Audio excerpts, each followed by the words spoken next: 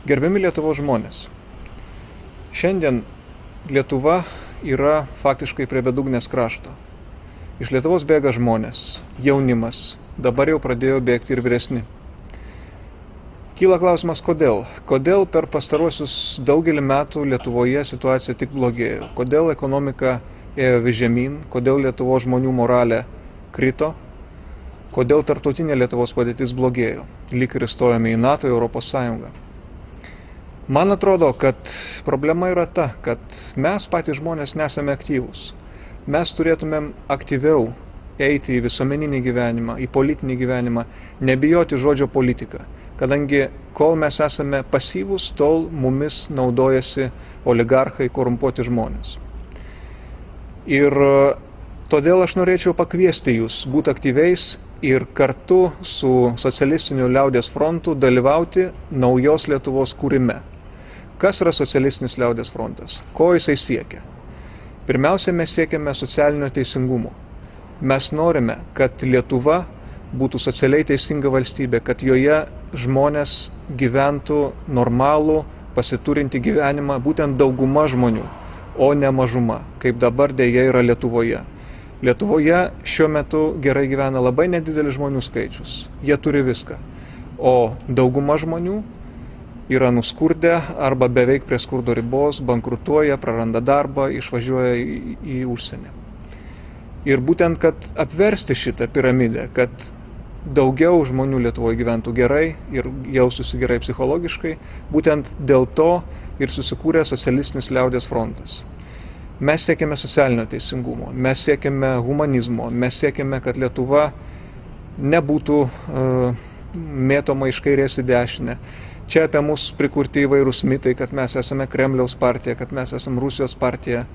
Tai yra juokinga, tai yra neturintis jokio pagrindo mitai, kuriuos sukūrė mūsų oponentai, kad sukurti naują baubą ir jo gąsdinti jūs. Jeigu ir yra kažkas tai kitų valstybių agentai, tai ko gero yra dabartinės Lietuvos partijos, kurios valdė Lietuvą ir valdo. Ir kaip matote, turi įvairią ir proamerikietišką poziciją, ir kitokias pozicijas, ir nieko gero Lietuvai nedavė.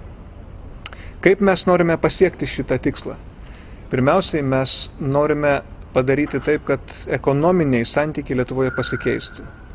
Mes norime, kad valstybė grąžintų į savo rankas ekonominio gyvenimo svertus. Tai yra, pagrindinės įmonės, strateginės įmonės turi priklausyti Lietuvos valstybei arba kitaip tariant jums, Lietuvos žmonėm, Lietuvos piliečiam. Tuo pačiu duoti laisvę smulkiam vidutiniam verslui, nes dabar monopolijos yra užvaldžiusios pagrindinės gyvenimo sritis. Todėl pirmas dalykas - grąžinti į valstybės rankas strateginės įmonės, tokias kaip Telekomas, tokias kaip Mažeikių nafta ir panašias, didelės.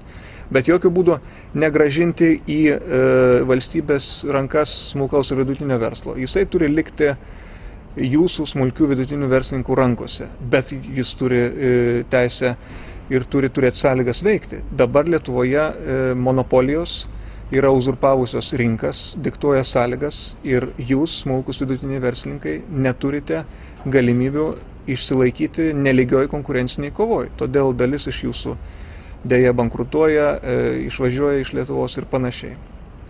Ką mes kalbame jaunimui? Mes sakome, kad kai Lietuvoje būtent įvyks šitos ekonominės reformos, tada jaunimas turės daugiau darbo, atsiras daugiau darbo vietų, atsiras daugiau smulkaus vidutinio verslo įmonių. Stambios įmonės galės laisvai ir nepriklausomai veikti nuo oligarchų užgaidų. Atsiras tada daugiau darbo būtent mum, Lietuvos piliečiam. Inteligentija šiuo metu užguita, paniekinta, neįsiklausoma, nustumta nuo avansenos pigaus šou ir panašiai. Jūs, inteligentai, turėtumėt būti pagal apibrėžimą tautos žiedas, kaip buvot prieš kurį laiką. Tačiau kur jūs dabar? Kodėl į jūs neįsiklauso? Atsakymas yra labai paprastas. Stambiam pinigui, stambiam verslui jūs nesat reikalingi. Mokslas yra nereikalingas stambiam verslui, todėl kad tai yra daugiau valstybės rūpestis. Ir būtent valstybės politika turėtų sugrąžinti inteligentijai tą jos vaidmenį, kuris buvo anksčiau inteligentijos. Žodžiu, darbo yra į valias tiek samdomiem darbuotojams, tiek smulkiam vidutiniam verslui, tiek inteligentijai, tiek valstiečiams, ūkininkams, kurie irgi stambių ūkių dabar yra užguiti. Darbo yra į valias ir tik mes patys galime išeiti iš šitos duobės. Sėdėdami namuose, žiūrėdami televizorių, mes situacijos nepakeisime. Mes turime burtis, turime vienytis, turime suvokti, vardan ko mes gyvename.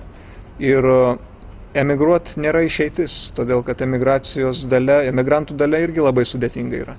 Čia yra mūsų tėvynė ir turime čia kurti savo ateitį.